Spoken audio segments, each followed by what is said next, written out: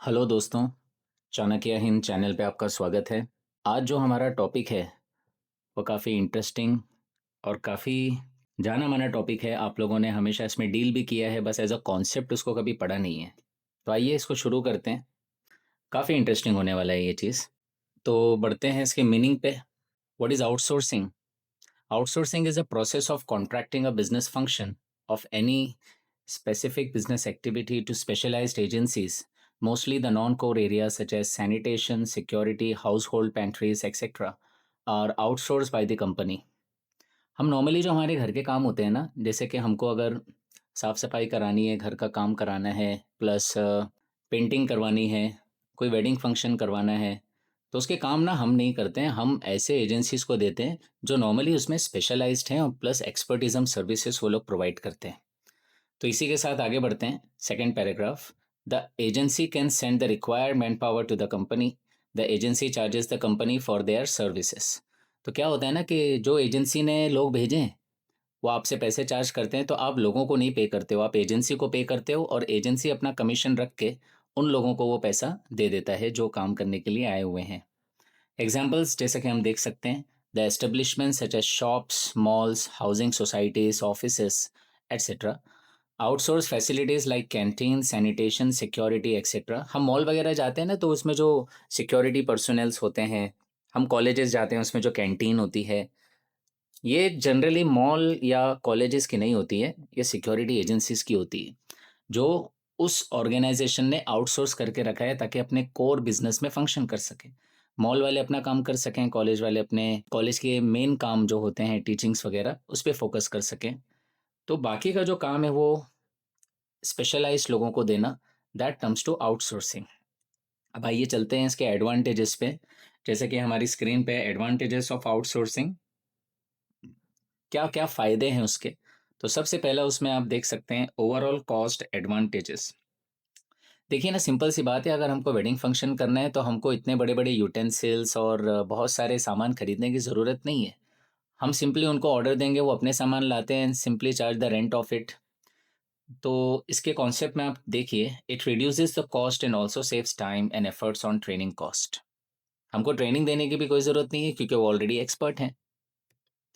Second point इसमें जो है, stimulates entrepreneurship, employment and exports. Outsourcing stimulates entrepreneurship, employment and exports in the country. Technically अगर देखा जाए तो हमारी कंट्री में एक तरीके का ये एंटरप्रेन्योरशिप मीन्स हमारा सेल्फ एम्प्लॉयमेंट जनरेट करता है। रीज़न, हमारे देश की सर्विसेज काफ़ी फेमस हैं पूरे ऑल ओवर वर्ल्ड में। रीज़न, हमारे कॉन्सेप्ट्स क्लियरिंग की वजह से, मेहनत की वजह से, और बहुत सारे अपने वेरिएशंस होते हैं कंट्री के बाहर जाके काम करना, ताकि हमारे इंडिया का फॉरेन एक्सचेंज बढ़े। तो उस एंगल से इस पॉइंट का मतलब ये हुआ कि आउटसोर्सिंग ने एंटरप्रेन्योरशिप को एडवांटेज दिया है, एम्प्लॉयमेंट को दिया है, एंड प्लस हमारी services out of the country exports होती है, जिससे फॉरेन एक्सचेंज काफ़ी हद तक पॉजिटिव रिस्पॉन्स देता है। चलिए third point, low man power cost. The man power cost is much lower than that of the host country. अब होता यह है कि अगर यूएस की कंपनी ने अपना कोई काम यूएस कंपनी को दे दिया तो उसमें ऐसा है कि उनको डॉलर्स में पे करनी है, लेकिन अगर उन्होंने इंडियन कंपनी को दिया है तो आप समझ सकते हैं कि इंडियन कंपनी उसको इंडियन रुपीज़ में लेना पसंद करेगी। तो अमेरिका का एडवांटेज ये है कि उनका 1 रुपया है तो हमारा बेसिक रेट अगर देखा जाए 85 to 87 इस वक्त रेंज कर रहा है, तो उनको काफ़ी हद तक पैसा कम पड़ता है और एक्सपर्ट सर्विसेज भी मिलती है। चलिए fourth point, access to professional, expert and high quality services. Mostly the tasks are given to people who are skilled in their particular field. This provides us a better level of service and fewer chances of errors.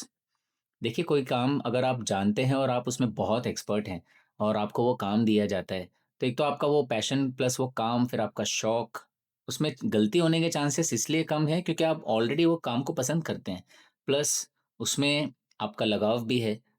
गलती हम अक्सर उसमें कर बैठते हैं जिसमें हमारा focus नहीं है, हम अटेंटिव नहीं है, लेकिन ये काम अक्सर उनको दिया जाता है जो प्रोफेशनल हैं और अपनी फील्ड में काफ़ी एक्सपर्ट्स हैं, तो उनकी जो क्वालिटी है वो काफ़ी हाई क्वालिटी होती है। Point number 5, emphasis on core process rather than the supporting ones. With its help, companies can focus on their core areas, which lead to better profits and increase the quality of their products. अगर हम college का example लें तो faculties के basis पे अच्छे lectures organise कर सकते हैं, प्लानिंग बहुत अच्छे से हो सकती है। आने वाले कुछ सालों में हम कौन कौन से कोर्सेज को स्टार्ट कर सकते हैं, इन सब चीज़ों पे इसलिए हम ध्यान दे पाएंगे क्योंकि हमने नॉन कोर एक्टिविटीज़ को आउटसोर्स करके रखा हुआ है ना? सब काम खुद करने जाएंगे तो जाहिर सी बात है वो प्रैक्टिकली पॉसिबल नहीं है, उसमें हम प्रोफेशनलिज्म नहीं कर पाएंगे। Point number 6, investment requirements are reduced. The organization can save on investing in the latest technology, software, and infrastructure and let the outsourcing partner handle the entire infrastructure. अब ऐसा होता है कि कितनी भी चीज़ें हम आउटसोर्स करें तो उसका एसेट्स हमको खरीदने की ज़रूरत नहीं है। जिस एजेंसी को दिया है उसके पास सारे एसेट्स ऑलरेडी उन्होंने परचेज किया हुआ है, they are just providing the services to us. इसकी वजह से उनके जो लेटेस्ट टेक्नोलॉजी है, सॉफ्टवेयर, इंफ्रास्ट्रक्चर, वो भी हमें यूज़ करने को मिलता है, right? Point number 7, increased efficiency and productivity. क्या होता है ना कि नॉन कोर एरियाज दूसरों को देने से हमने सिर्फ अपने कोर एरियाज पे प्रोडक्शन फोकस्ड हैं प्रोडक्शन के लिए, तो इससे काफ़ी हमारी एफिशिएंसी बढ़ती है, कम वक्त में ज़्यादा काम करने की एफिशिएंसी बढ़ती है और सामने रिजल्ट्स भी आते हैं जिसको प्रोडक्टिविटी का नाम दिया है। Point number 8, knowledge sharing. हाँ, ज़ाहिर-सी बात है, जो नॉन कोर एरियाज़ हमने दे दिया, उसका नॉलेज हमें भले ही ना हो, लेकिन जो आ रहा है उसे एक्सपर्ट नॉलेज है, तो वो हमसे जब कम्युनिकेट करेगा, इंटरैक्ट करेगा, उसकी काफ़ी नॉलेज हमसे मिलेगी, काफ़ी वो बातें करेगा हमसे। तो पॉइंट देखते हैं बेटा, outsourcing enables the organization to share knowledge and best practices with each other. It helps develop both the companies and also boost goodwill in the industry. क्या होता है कि गुडविल इसलिए बढ़ेगी क्योंकि आपकी कंपनी में सारे एक्सपर्ट्स काम कर रहे हैं, काम में शिकायतें नहीं आएगी, मैनेजमेंट देख कर लगेगा कि बहुत एफिशिएंट लोगों के हाथ में है। हालांकि सच बात यह है कि वो आपके लोग नहीं, आपने हायर किया हुआ है, लेकिन सबसे मज़े की बात यह है कि आपका गुडविल बढ़ रहा है उन लोगों के काम की वजह से। इसी के साथ एडवांटेज एंड होकर हमारा डिसएडवांटेज वाला जो पॉइंट है वो शुरू होगा कि भाई जितने फ़ायदे नज़र आते हैं तो कभी कभी नुकसान भी उतना ही होता है। चलिए देखते हैं। Point first, lack of customer focus. An outsourced vendor may be catering to the needs of multiple organizations at a time. In such a situation, he may lack complete focus on an individual organization. As a result, the organization may suffer. कभी कभी ऐसा होता है, हमने किसी काम के लिए, समझ लीजिए हमने केटरिंग सर्विसेज को, कुछ वेडिंग फंक्शन या कुछ फंक्शन है कंपनी या स्कूल कॉलेजेस में, हमने ऑर्डर तो दे दिया, लेकिन वो सिर्फ हमारा ऑर्डर तो नहीं सर्व करेगा, और भी बहुत से लोग हैं जिनका वो ऑर्डर सर्व करने वाला है। तो हो सकता है कि हमने डिश ए ऑर्डर किया था, उसने डिश बी ला दिया हमारे हमारे लिए। तो ये बहुत ज़्यादा होने के चांसेस हैं क्योंकि वो एक कस्टमर में फोकस नहीं रहता है, उसके बहुत से कस्टमर्स हैं। तो ये भी एक डिसएडवांटेज है कि कंप्लेंट आ सकती है। Second point, a threat to security and confidentiality. The confidential information of the organization may be leak to the third party, so there are security issues. आपने सुना रहेगा दीवारों के भी कान होते हैं। अब होते हैं कि नहीं वो नहीं पता, बट इतना ज़रूर पता है कि हमारा हमारे आसपास कोई सेकंड पर्सन है तो उसके कान तो ज़रूर हैं और खुले भी हैं। तो हम जो भी बात करेंगे, हमारी ऑर्गेनाइजेशन में वो आँख कान लगाया हुआ है, तो ज़ाहिर है हमारी इन्फॉर्मेशन वो लीक करेगा किसी थर्ड पार्टी को, और वो हमारे लिए एक सिक्योरिटी पर्पस बन जाता है, क्योंकि हम तो छुपा के रख ही नहीं सकते, हम हमारी ऑर्गेनाइजेशन में काम दे रहे हैं उसे। ठीक है, चलिए थर्ड पॉइंट है डिससेटिस्फैक्ट्री सर्विसेज। कैसा होता है ना, अगर उसने सर्विसेज खराब दिया तो नाम उसका नहीं, हमारा खराब होगा कि मॉल का सिक्योरिटी तो बहुत ही खराब है, वहाँ पे कैंटीन बहुत खराब है। हालांकि वो ना कॉलेज की गलती है ना मॉल की, वो काम करने वाले की गलती है, लेकिन इसमें नाम उस ऑर्गेनाइजेशन का खराब हो जाएगा। Some of the common problem areas with outsourcing include stressed delivery time and substandard quality. जो एक स्टैंडर्ड टाइम दिया गया है कि भाई आपको ये काम ना 3 महीने में कर लेना है, तो उसका जो जेस्टेशन पीरियड है वो 3 महीने का हो गया। लेकिन अगर उन्होंने काम 10 महीने या 9 महीने तक ले गया तो ये बहुत ज़्यादा स्ट्रेच डिलीवरी हो जाती है। उसी के साथ साथ अगर आप देखें कि उसका जो स्टैंडर्ड है सब स्टैंडर्ड क्वालिटी है, जो क्वालिटी बताया गया था वो क्वालिटी उसमें है नहीं, राइट? उसके बाद ethical issues, point number 4. The major ethical issues is taking away employment opportunities from one's own country when the function is outsourced to a company from another country.